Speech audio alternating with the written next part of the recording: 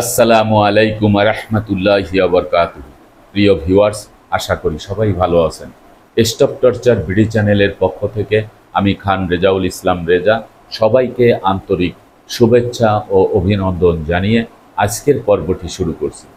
আজকের পর্বের যে ভিডিও, সেই ভিডিওর মূল বিষয় হচ্ছে আপনার জমির দলিলে যদি দাগ নাম্বার, খতিয়ান নাম্বার, চৌহদ্দি, মালিকানার চেন অর্থাৎ দলিলে যদি ভুল থাকে তাহলে কি করবেন, কিভাবে সেই ভুল সংশোধন করবেন, এই বিষয়টি নিয়ে বিস্তারিতভাবে আলোচনা করব। তাই ভিডিওটি না টেনে সম্পূর্ণ ভিডিওটি দেখার জন্য অনুরোধ রইল। আর ভিডিওটি দেখার পরে যদি ভালো লাগে, মন চায়, লাইক কমেন্টস করবেন, শেয়ার করবেন। চ্যানেলটি যদি ভালো লাগে, আমাদের পরিবারের সদস্য হতে চান, চ্যানেলটি সাবস্ক্রাইব করে পাশে থাকা বেল বাটনটি অন করে দিয়ে আমাদের সাথেই থাকুন।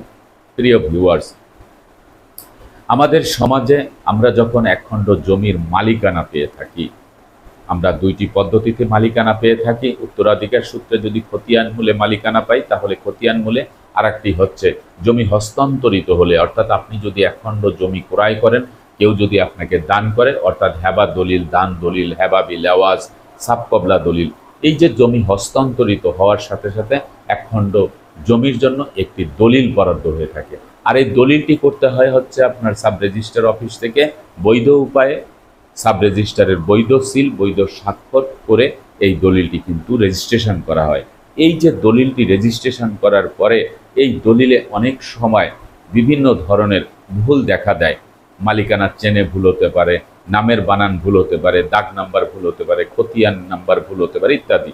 তো এই যে দলিলের যে ভুল, এই ভুল কিন্তু সংশোধন না করলে পরবর্তীতে এই সম্পত্তি আবার আপনি যখন কাউকে দিতে যাবেন, হস্তান্তর করতে যাবেন, তখন কিন্তু অনেক সমস্যায় পড়তে হয়। আর এই দলিল হচ্ছে জমির সবচেয়ে শক্ত একটি ডকুমেন্টস, গুরুত্বপূর্ণ একটি ডকুমেন্টস।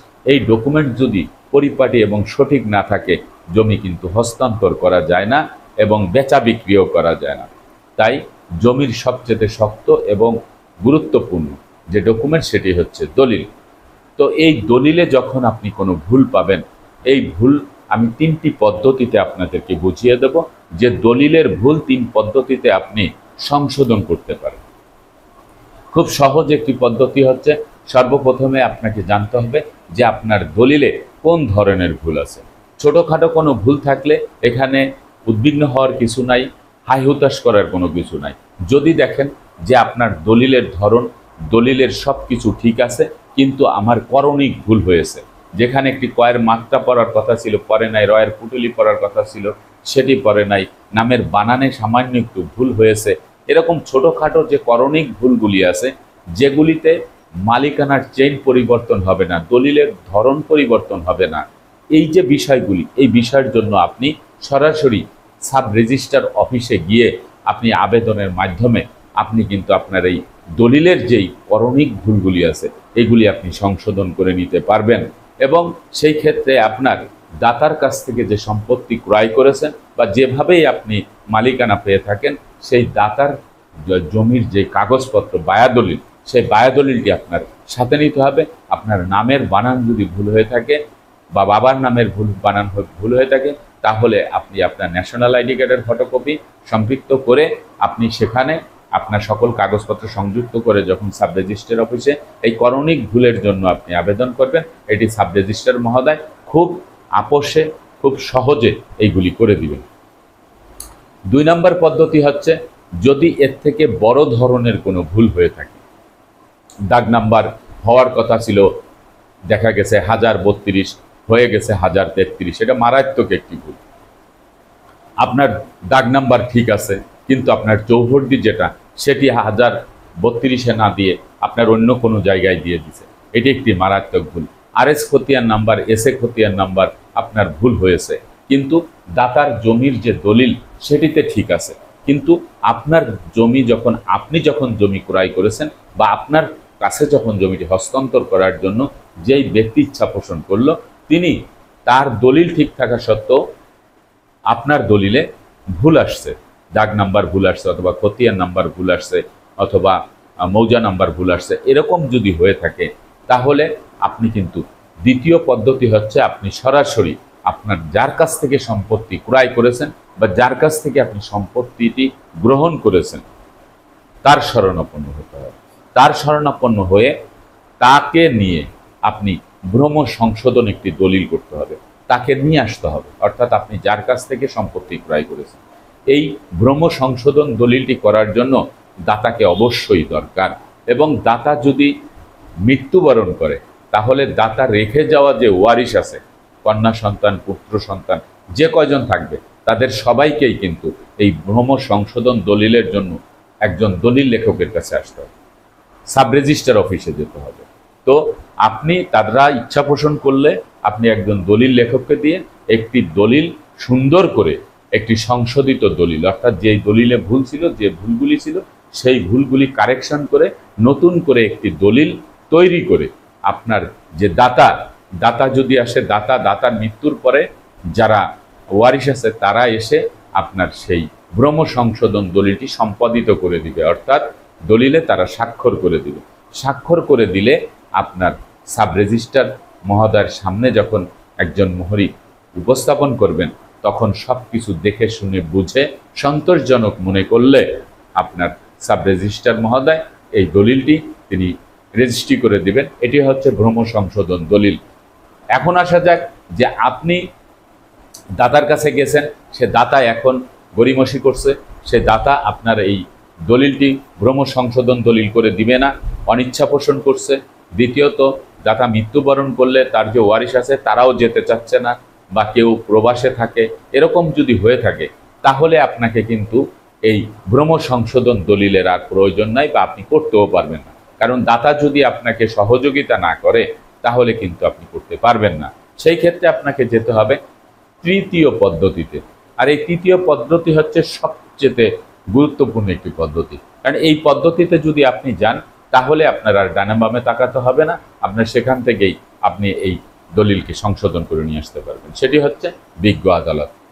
আমরা জানি যে বিজ্ঞ দেওয়ানি আদালতে জমি সংক্রান্ত যত মামলা, সেই মামলাগুলি কিন্তু দেওয়ানি আদালতে হয়।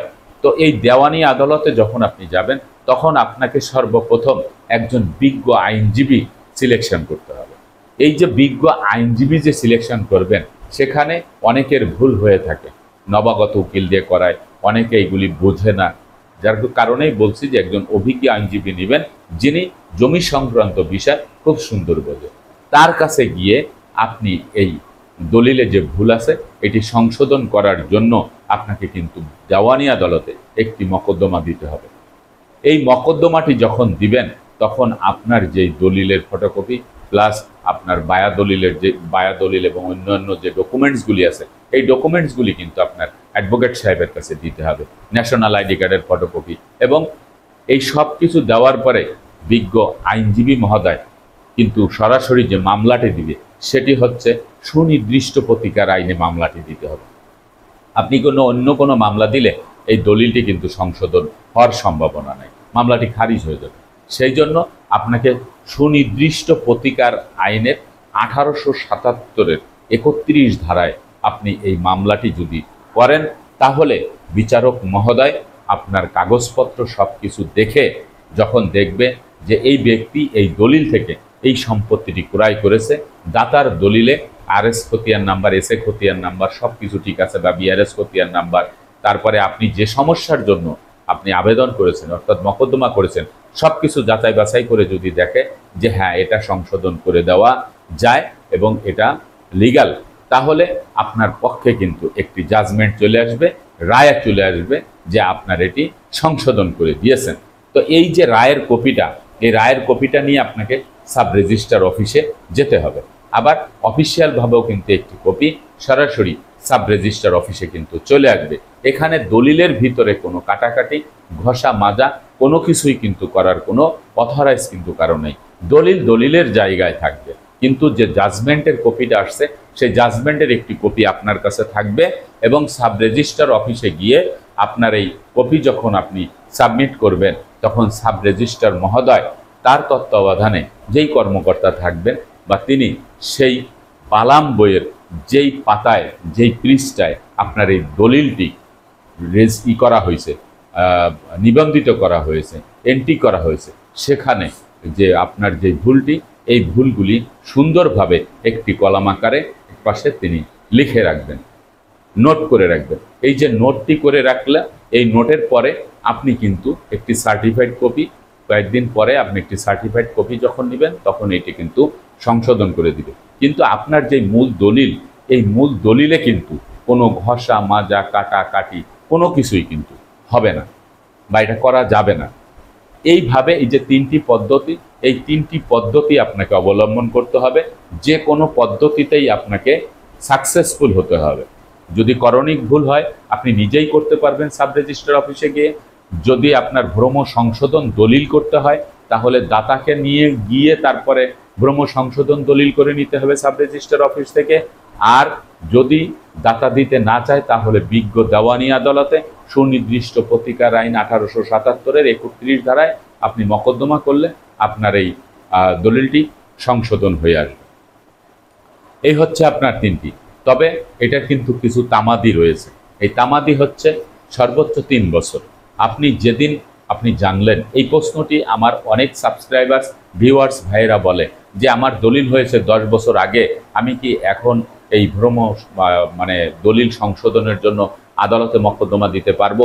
দাতা মারা গেছে বা তার সন্তানরা দিতে চাচ্ছেন, আমি পারবো কিনা? দেখুন, আপনি যেদিন জানতে পেরেছেন, আপনি যেদিন আপনার নজরে আসছে যে আপনার দলিলে ভুল, ঠিক সেই দিন থেকে আপনি 3 বছরের মধ্যে আপনি বিজ্ঞ আদালতে মকদ্দমা করতে পারবেন।